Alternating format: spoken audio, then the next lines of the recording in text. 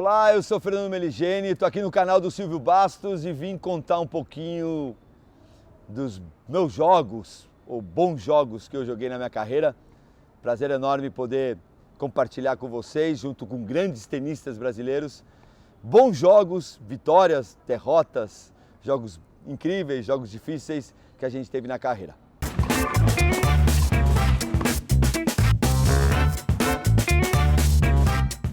Bom, hoje a ideia aqui é estar inaugurando uma playlist nova. Como tradicionalmente aqui no canal a gente já fez.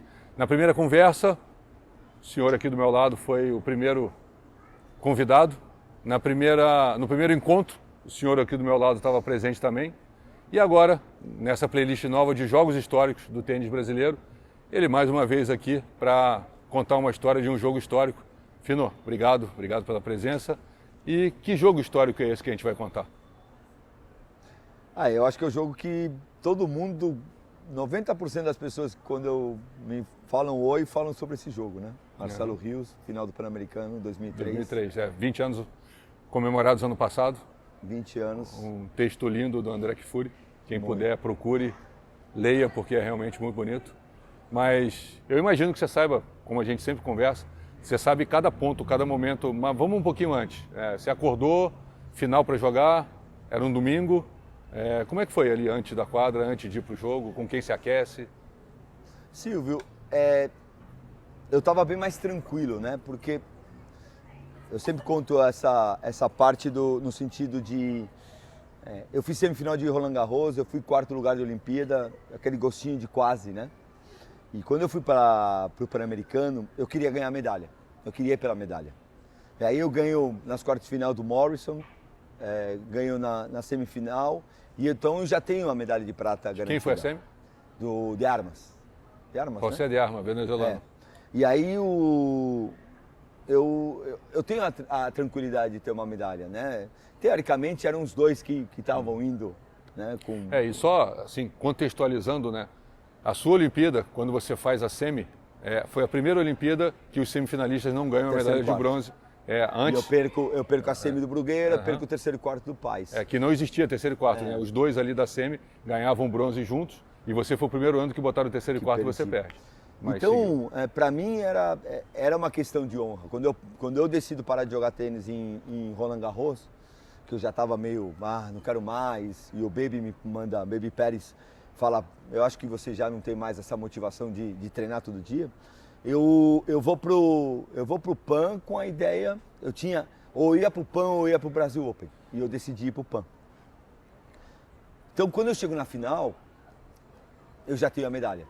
E era o Marcelo, que já tinha perdido 5 vezes, era o Marcelo, que era um cara que a gente se dava muito bem, mas muito arisco, muito difícil de jogar, um cara que cutucava, que a gente tinha treinado durante a semana, ele tinha me varrido da quadra com 6-2. Então, por um lado, era meu último jogo e eu consegui a atmosfera da Vila Olímpica, né, da Vila Pan-Americana, te trazia aquela ideia de que é o teu último jogo, eu vou ver. Então o Robert já tinha falado para mim que ia ver, o Flávio Canto tinha falado que ia ver. Toda a turma da vela falou que ia aparecer, o Bimba apareceu, a turma do handball. Então virou uma arena. Quase um começo de homenagem da minha despedida. Então era muito legal. Eu aqueci com o Márcio, com o Marcinho. Eu estava com o Maurão ali. A gente falou sobre o jogo normalmente, mas não tinha muito o que falar do jogo, né? Eu tinha, claro, que eu tinha que entrar da minha maneira de jogar, mas que em algum momento eu teria que mudar minha forma para jogar mais alto, até mais do que eu jogava alto. Tentar empurrar ele um pouquinho para longe, empurrar ele para trás, jogar mais pelo fore dele, porque o back ele faz o que ele quer. O saque estava muito claro que eu tinha que sacar muito forehand, corpo, de vez em quando variar pela esquerda. O jogo estava bem na minha cabeça, né? E tanto que eu começo jogando bem, começo ganhando, aí ele busca, aí eu busco até o 5-5, perco o 7-5. Então é um jogo que dentro da minha cabeça estava muito desenhado. Não, em nenhum momento, sendo muito sincero, eu me via ganhando. Eu me via disputando. Você sabia o que tinha que fazer, mas na sua cabeça você não se imaginava ganhando. Mas ao mesmo tempo feliz por já ter uma medalha e de repente abandonar, sair do tênis com uma medalha. Seja ela qual for. Eu acho que na minha carreira eu devo ter jogado uns 500 jogos, vai. Eu acho que uns 30, 40 jogos eu tive certeza que eu ia ganhar. E isso não era falta de confiança, e sim noção do quanto eu precisava lutar para ganhar, porque eu não ganhava. Né? Você pega um Guga, você pega... Você não atropelava, Eu não atropelava os caras. Você meio que fazia os caras perderem para você, né? Então, não mas, é... E aí... Quantos jogos eu tinha 2-2? Só quando o cara pirava, quando enlouquecia. Mas talvez, né, se você considerar, tem gente que ganha, tem gente que perde, tem gente que faz o outro perder. Né? Talvez você tenha sido, provavelmente, um dos melhores jogadores de muito tempo de fazer os outros perderem, Sim. que é uma forma de ganhar. Sim. Né? Se as pessoas, Sim. nem sempre não todo mundo entende. Não é demérito. Modéstia do sentido de você falar. Então, quando eu entrava, grandes vitórias, como... Você acha que eu entrei na quadra para ganhar do Roddick em Washington na quadra rápida achando que ia ganhar? Não. Eu ganhei do Sampras achando que entrava na quadra e ia ganhar? Não. Você ganhava do Correia nas quartas de final de Roland Garros achando que vai ganhar? Não. Eu sabia o que eu tinha que fazer. Eu sabia que se eu jogasse muito bem, eu tinha chance. E se ele me desse chance, eu pisava na cabeça dele. Esse era meu slogan. Então, com o Marcelo não era diferente. Se ele me der a oportunidade, eu vou... E para isso você tem que estar por perto, né? Você não pode deixar abrir. Total. Porque se ele der uma chance, mas 5-1, é difícil, né? Você tem que estar por ali, sabendo que numa piscada... Isso eu aprendi com o Pardal. Isso eu aprendi com o Pardal, do ficar muito perto, de não ficar próximo. Não deixar abrir, não deixar... Dê a oportunidade do cara também ter medo, do cara duvidar. Se você deixar esses caras abrirem 2-0, 3-0, esses caras começam a jogar muito solto, fica muito mais difícil. Então, o começo do jogo era muito importante, tanto que eu começo jogando bem o jogo. Eu começo botando muita pressão. Ao mesmo tempo, o que me segurava no jogo muito é que ele também estava numa fase estou indo embora do circuito. Talvez não o último jogo, mas já em final. Então, falei, cara, se ele me varrer da quadra, ele me varre da quadra. Mas se a gente tiver 3 sets, eu tenho chance. Então, a minha cabeça, ela foi colocada assim no jogo. Eu entrei falando, eu vim aqui para sofrer. Eu vim aqui para jogar pontos longos, estava um calor insuportável. Quadra dura também, Santo Domingo ali. Tinha muita coisa que me favorecia no sentido... Você está jogando com o ex-número 1 do mundo, com um cara que é extremamente talentoso, árbitros de linha péssimos naquele momento, muita gente inexperiente, os árbitros de cadeira bons, mas também duro, né? Tanto que o match point é uma bola duvidosa. Sim. Eu acho que é uma bola fora, inclusive, que eu dou, né? E ele para, não dá para ver porque é pela televisão, pelo ângulo. E não tinha nada de tecnologia que se tem hoje. Não então tem tecnologia, então... A palavra falou, ficou, né? Isso na minha cabeça, na hora que você constrói um jogo, você constrói ele inteiro. Eu, pelo menos, construía ele inteiro. Eu me via, isso era uma coisa que eu fazia muito, né? Na noite anterior, eu me via naquela situação. Se vivenciava, né? Isso. E se eu tiver 4-0? E se eu tiver 0-4? E se tiver 4-4? E se eu tiver no tie break? Como que eu vou lidar com isso? Não, eu vou para cima dele, não, eu vou ganhar, eu vou... Isso era uma maneira minha de viver. E quando chegava o momento daquilo que você já tinha vivenciado, você já tinha uma experiência daquele momento porque você já tinha idealizado ele na sua cabeça. Né? Isso é muito bom. Total. No passo a passo, né? Primeiro set, aí na sequência, segundo set. Segundo set, eu lembro que eu acabo o primeiro set, o Márcio grita do lado de fora, vamos começar de novo, tem muito jogo, você não tem mais nada para fazer depois daqui. É uma frase que eu lembro muito do Márcio, tipo, é o teu último jogo, brother. Vai. Entrega. Né? Vai até o final. E o segundo set vira um segundo set ele é mais equilibrado, o segundo set. Mais um pá, até que ele vai pro tie break e ele tem match point. Por incrível que pareça, ele me deu demonstrações que ele estava duvidando. Nas viradas, a partir do segundo set, eu comecei a provocar ele. Eu lembro que eu passei uma vez na cadeira. Na cadeira, assim, falei, tá cansado? E passei, assim, tipo, brincando. E aí depois ele passa E é onde eu me alimentava muito. Eu fazia brincadeira, eu fazia provocação e via se o cara entrava. Eu não era um cara que cutucava, se o cara ficava na dele ia ficar. Mas se o cara entrasse na brincadeira, se entrasse na pilha, aí, me desculpa. Ele deu a brecha, deu a Ele abertura. deu a brecha, porque quando ele volta no próximo virada, ele também brinca e fala assim, como eu estar cansado? Vos sos el viejito. E aí começa toda... Como que eu vou estar cansado se o velho é você, né? Se o velho é você. Aí começa todo o enredo. Aí eu passei, já chutei raquete, ele chutava minha raquete, ele olhava feio, ele me chamava de velho, e eu chamava ele de gordinho, e ele chamava de... Aí virou o extra-quadra, que é muito legal. Né? Os dias de hoje seria politicamente incorreto fazer tudo o que a gente fez, mas os dois fazendo, numa brincadeira, numa relação muito legal que a gente tem, de tiração de sarro mesmo. E o jogo fica muito nervoso, mas ele mostra que ele começa a se duvidar, porque ele faz dupla falta no match point, ele erra um swing volley no match point, ele começa a mostrar que estava duvidando. Então, o jogo começa a entrar num período, a gente começando a cansar, estava muito quente, e eu comecei a jogar um pouco mais alto, eu dei 4 passos para trás, mais ainda do que eu dava, para deixar o ponto mais lento. Ele começou a não ter tanta força para jogar.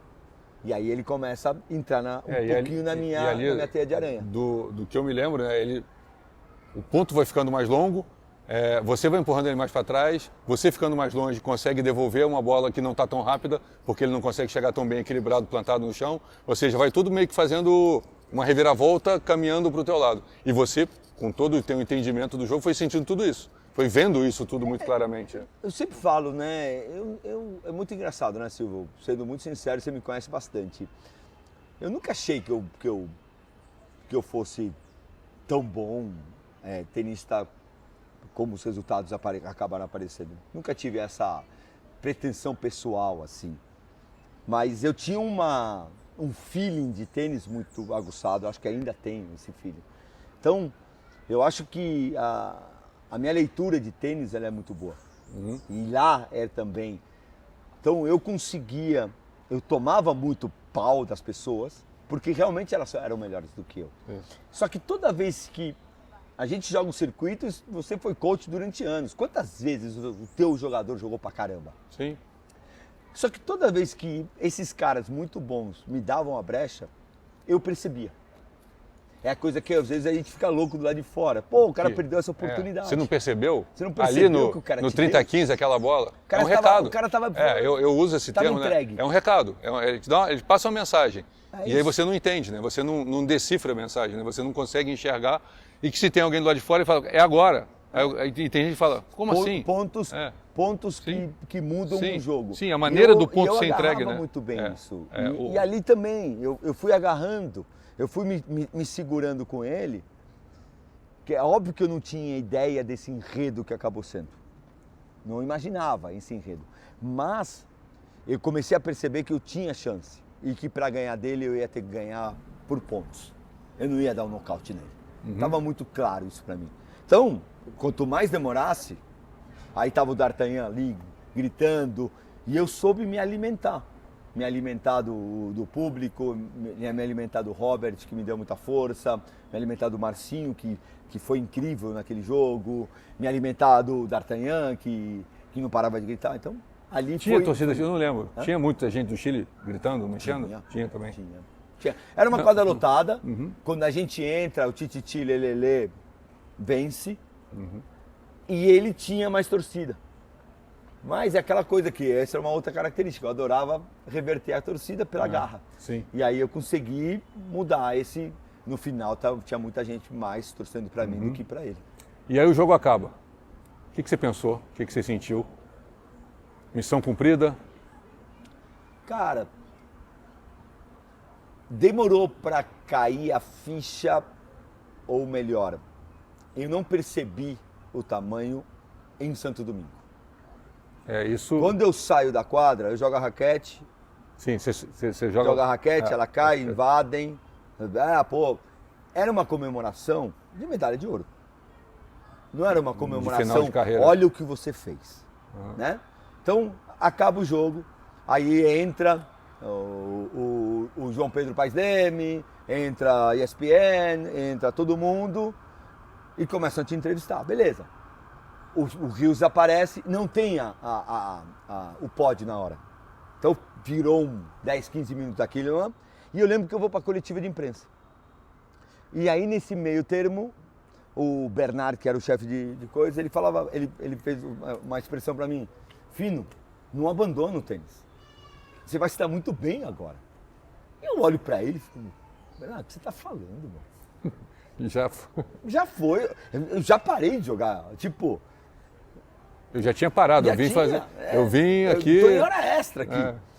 E aí, quando eu faço a coletiva, legal, acaba a coletiva, eu volto pro vestiário, aí dá mais uma meia hora, tem a premiação. A premiação acabou sendo meio xoxa, porque já tinha acabado tudo, né? E aí a gente vai pra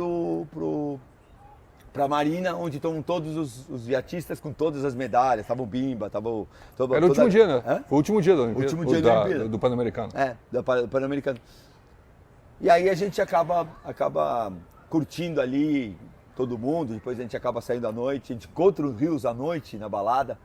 Naquela noite foi uma das cenas mais divertidas, porque eu conto isso e a galera... O Robert enlouqueceu ele. E botava a bandeira, ele mandava tirar, o Robert tirava a bandeira, ele botava de novo, ele xingava o Robert, não sei o que. E quando a gente foi para uma discoteca à noite, a primeira pessoa que a gente encontra é o Marcelo. Aí o Marcelo vem, me cumprimenta, e eu tô com o Robert.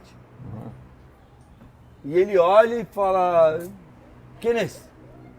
Ele não sabia. Ele não sabia quem era. E eu falo: não sabia quem é esse? O tamanho... E ele tava puto da vida com ele. Mas ele não sabia o tamanho da... Não, ele não sabia quem era.